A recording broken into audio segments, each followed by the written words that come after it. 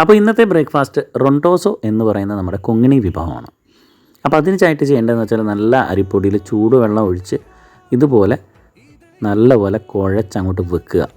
വെച്ചതിന് ശേഷം ഇങ്ങനെ ഉരുണ്ടയാക്കി വെച്ചതിന് ശേഷം കുറച്ച് സമയത്തേക്ക് നമ്മൾ അതിനെ അങ്ങോട്ട് വിടുക. ഞാനങ്ങനെ കുഴയ്ക്കുമ്പോഴാണ് നമ്മുടെ ഋത്തുവിടെ സൗണ്ട് കേട്ടത്. ഞാൻ വന്നു എന്ന് അവൾക്ക് മനസ്സിലായി. അങ്ങനെ വിളി വന്നാൽ ഓടി അവിടെ പോവുക, അവളെ പൊക്കിയെടുക്കുക, ഫ്രണ്ടിൽ കൊണ്ടുവന്നിരുത്തുക.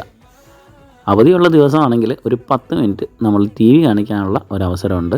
പക്ഷേ ഇന്ന് അവധി ദിവസമല്ല, സ്കൂളിൽ പോകണം. അതുകൊണ്ടൊന്ന് ഫ്രഷപ്പ് ആകാനായിട്ട് ഫ്രണ്ടിൽ കൊണ്ടുവന്നിരുത്തും. അങ്ങനെ അവളെ കൊണ്ടുവന്നിരുത്തിയതിന് ശേഷം അടുത്തവനെ പൊക്കാനായിട്ട് പോയി. അവൻ നല്ല സൂപ്പർ ഉറക്കമാണ്. വേറൊന്നുമല്ല, ഇന്ന് സ്കൂളുള്ളത് കൊണ്ട് മാത്രമാണ് ഇങ്ങനെ സുഖമായിട്ട് കിടന്നുറങ്ങുന്നത്. നേരെ മറിച്ച് വല്ല ശനിയോ ഞായറോ ആണെങ്കിൽ 6:30 തന്നെ രണ്ടും എഴുന്നേറ്റ് ഞാൻ അമ്പലത്തിൽ നിന്ന് തിരിച്ചു വരുന്ന സമയത്ത് മിനിമം ഒരു 2-3 ഷോർട്സോ വീഡിയോ ഒക്കെ കണ്ടു കഴിഞ്ഞിട്ടുണ്ടാവും. ഷോർട്സ് അല്ല, ലോങ് വീഡിയോസ് തന്നെയാണ്. കാരണം സ്കൂളില്ലാത്ത ദിവസം രാവിലെ തന്നെ നമ്മൾ എണീറ്റ് റെഡിയാവും.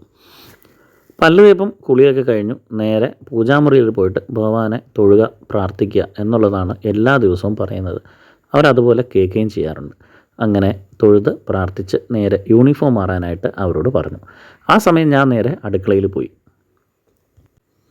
അവിടെ നമ്മുടെ റൊണ്ടോസിൻ്റെ ഡിഷ് അമ്മ തയ്യാറായിക്കൊണ്ടിരിക്കുകയാണ്. റൊണ്ടോസിൻ്റെ സൈഡ് ഡിഷ് എന്ന് പറയുന്നത് ദാളി തോയ എന്ന് പറയും. ദാളി തോയ എന്ന് പറഞ്ഞാൽ പരിപ്പ് കറി എന്നാണ് നമ്മുടെ മലയാളം. ദാളി തോയ എന്നുള്ളത് കൊങ്ങിണി വേർഡാണ്.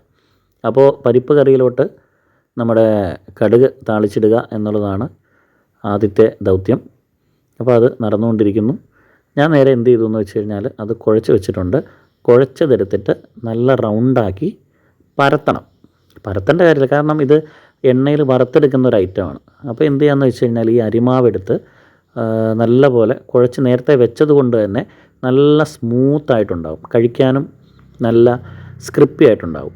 ഇല്ലെങ്കിൽ എന്താ പറ്റുമെന്ന് വെച്ച് കഴിഞ്ഞാൽ നമ്മൾ കുഴച്ച് അപ്പം തന്നെയാണ് ഇത് വറുത്തെടുക്കുന്നതെങ്കിൽ അത് ഭയങ്കര തിക്നെസ് ആയിരിക്കും, കഴിക്കാൻ അത്രയും ടേസ്റ്റ് ഒന്നും കിട്ടില്ല. അങ്ങനെ ഞാൻ പരത്തുന്നത് കണ്ടപ്പോൾ കുട്ടിപ്പട്ടാളവും എന്നോടൊപ്പം കൂടി. ഋത്തുക്കുട്ടിക്കുള്ളത് അവൾ തന്നെ ചെയ്യും എന്ന് പറഞ്ഞ് ചെറിയൊരു സാധനം ഉണ്ടാക്കി അവൾ വെച്ചിട്ടുണ്ട് അവൾക്ക് കഴിക്കാൻ വേണ്ടിയിട്ട്.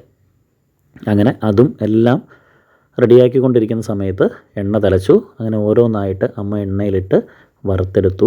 പേടിക്കേണ്ട, രാവിലെ എണ്ണ പലഹാരമാണെങ്കിൽ പോലും ഇതിലധികം എണ്ണ വരാതെ നമുക്ക് എടുക്കാനായിട്ട് സാധിക്കും. അങ്ങനെ റൊണ്ടോസോ റെഡി. ഇനി സെർവ് ചെയ്യുക എന്നുള്ളതാണ്. അങ്ങനെ 2 പേർക്കും 3 എണ്ണം വീതം കൊടുത്തു. 3 എണ്ണമൊന്നുമല്ല, അതിൽ കൂടുതൽ കഴിക്കാം. പക്ഷേ ഇവിടെ ഋത്തുവിനിതാ 3 എണ്ണം ഉള്ളത് തന്നെ അവൾ മാറ്റി 2 ആക്കിയിട്ടുണ്ട് അവിടെ. വേദു പിന്നെയും കുഴപ്പമില്ല, അവൻ ആവശ്യമുള്ള ഫുഡ് അവൻ കഴിച്ചോളൂ. പിന്നെ ഞാനും അതെടുത്ത് കഴിച്ചു. ഇതിൻ്റെ ഒരു വെറൈറ്റി എന്ന് പറയുന്നത്, അല്ലെങ്കിൽ ഇതിൻ്റെ ഒരു ടേസ്റ്റ് എന്ന് പറയുന്നത്, ഇത് റൊണ്ടോസോ ഇട്ട് അതിൻ്റെ മുകളിൽ നമ്മുടെ ഈ ദാളി തോയ എന്ന് പറയുന്ന സൈഡ് ഡിഷ് ഒഴിച്ച് ഒരു 5 മിനിറ്റ് അതിൻ്റെ അകത്ത് കിടന്ന് കുതിരണം. കുതിർന്നതിന് ശേഷം വേണം ഇത് കഴിക്കാനായിട്ട്. അപ്പോഴാണ് ഇതിൻ്റെ ഒരു ടേസ്റ്റ്, വെറൈറ്റി എന്ന് പറയുന്നത്. അങ്ങനെ നമ്മൾ റൊണ്ടോസോ കഴിക്കുമ്പോൾ പെട്ടെന്ന് അമ്മ ഒരു വെറൈറ്റി ഐറ്റം പൂരി എന്ന് പറഞ്ഞ് കൊണ്ടുവന്നു. അപ്പം വേദു അതൊന്നെടുത്ത് ട്രൈ ചെയ്തു. കാണാൻ നല്ല സ്ക്രിപ്പി ആയിട്ടുണ്ട്.